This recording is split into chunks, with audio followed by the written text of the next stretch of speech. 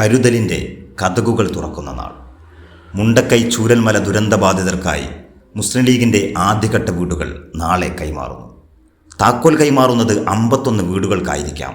പക്ഷേ തുറക്കപ്പെടുന്നത് അതിലേറെ ഹൃദയങ്ങളാണ്.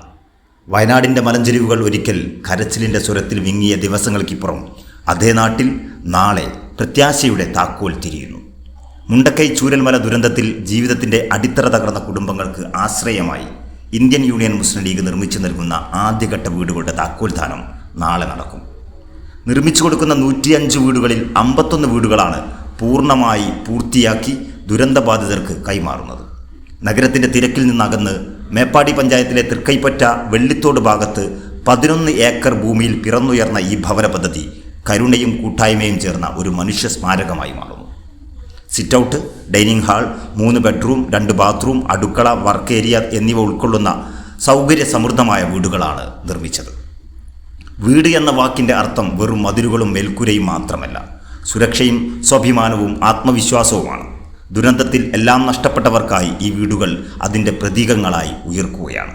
സ്ഥലം ഏറ്റെടുക്കുന്നതിലെ സാങ്കേതിക തടസ്സങ്ങൾ മാറിയതോടെ അതിവേഗത്തിലാണ് നിർമ്മാണം പൂർത്തിയാക്കിയത്.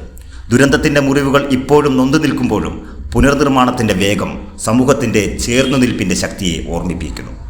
മലകൾ ഇടിഞ്ഞു വീഴുമ്പോൾ വീടുകൾ മാത്രമല്ല മനുഷ്യരുടെ സ്വപ്നങ്ങളും തകർന്നു പോകും. എന്നാൽ മനുഷ്യ സഹായത്തിൻ്റെ കൈനീളുമ്പോൾ അവശിഷ്ടങ്ങളിൽ നിന്നും വീണ്ടും ഒരു ലോകം പിറക്കാം.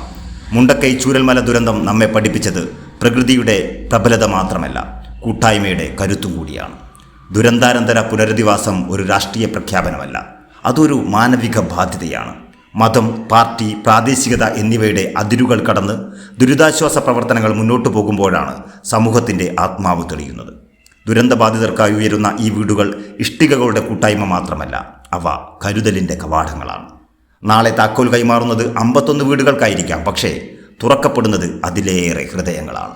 ദുരന്തങ്ങളുടെ ചരിത്രം മറക്കാനാവില്ല. എന്നാൽ അതിന് പിന്നാലെ എഴുതപ്പെടുന്ന പുനർനിർമ്മാണത്തിൻ്റെ അധ്യായങ്ങൾ നമ്മെ അഭിമാനിപ്പിക്കേണ്ടതാണ്.